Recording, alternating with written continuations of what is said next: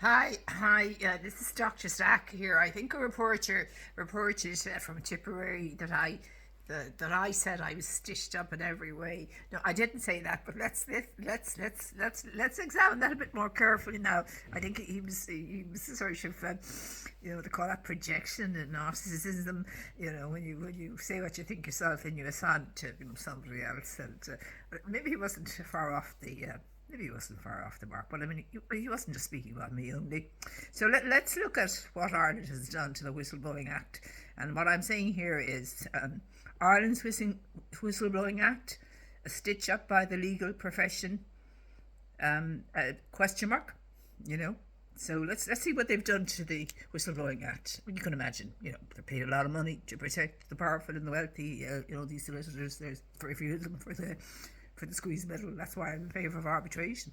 Not just for that reason, but for a win-win situation. It isn't just... but whistleblowers are supposed to be the society's safety net.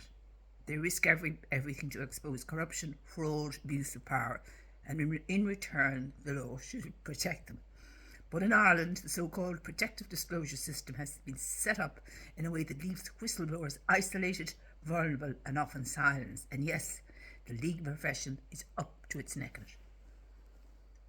In 2019, the EU passed a strong whistleblower directive. It promised safe channels, real protection, and effective follow-up. Member states had to implement it, Ireland included. It was meant to be a revolution, protect truth tellers, hold the powerful accountable. But what did Ireland do? In 2022, it set up the Office of the Protective Disclosures Commissioner. Sounds very impressive, very, very impressive, right? Except the Commissioner doesn't investigate wrongdoing. They don't prosecute, they don't enforce.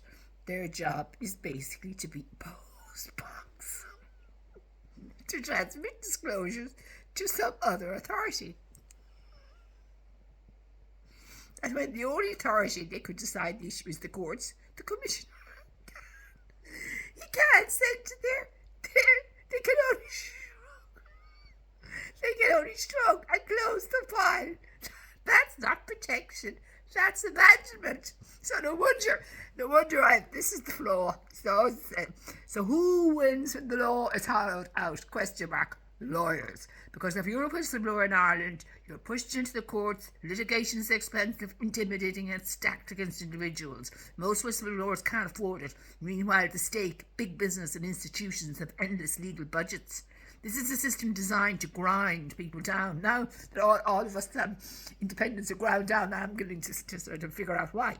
The consequence, the result, Ireland has one of the weakest whistleblowing regimes in Europe following the setting up of the commissioners, the so-called oversight fellow, because of what he was not allowed to do. And this, in my opinion, was all driven by legal greed by the legal profession, allegedly. Of course it was. I mean, I can't see anyone else doing this, And there we have lawyers here, there, and everyone all voting for them, and they're getting votes here, there, nominations here, there, and everywhere. But this is what they do. This is what they do to people, and we're voting them in here, there, and everywhere. The result: Ireland has one of the weakest whistleblowing regimes in Europe. Whistleblowers are technically protected from retaliation on paper, but the wrongdoing they expose is often buried and never corrected, put under the carpet. And while politicians boast about the strong protections we have, in practice the system is designed to protect institutions, not people. So there we go. Now I have it figured out. Took me a while. I had to look at the work research there. Let's be honest, this is a stitch-up, a legalistic shield that looks good for Brussels, but fails whistleblowers in real life. Ireland can do better. Whistleblowers deserve better. But without them, corruption wins. And when the law is designed to shut them down, we all lose. If you agree, share this video, talk about it, and demand reform. Whistleblowers protect us.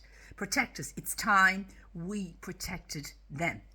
So this is the story now. So basically, our so-called oversight commissioner has no powers.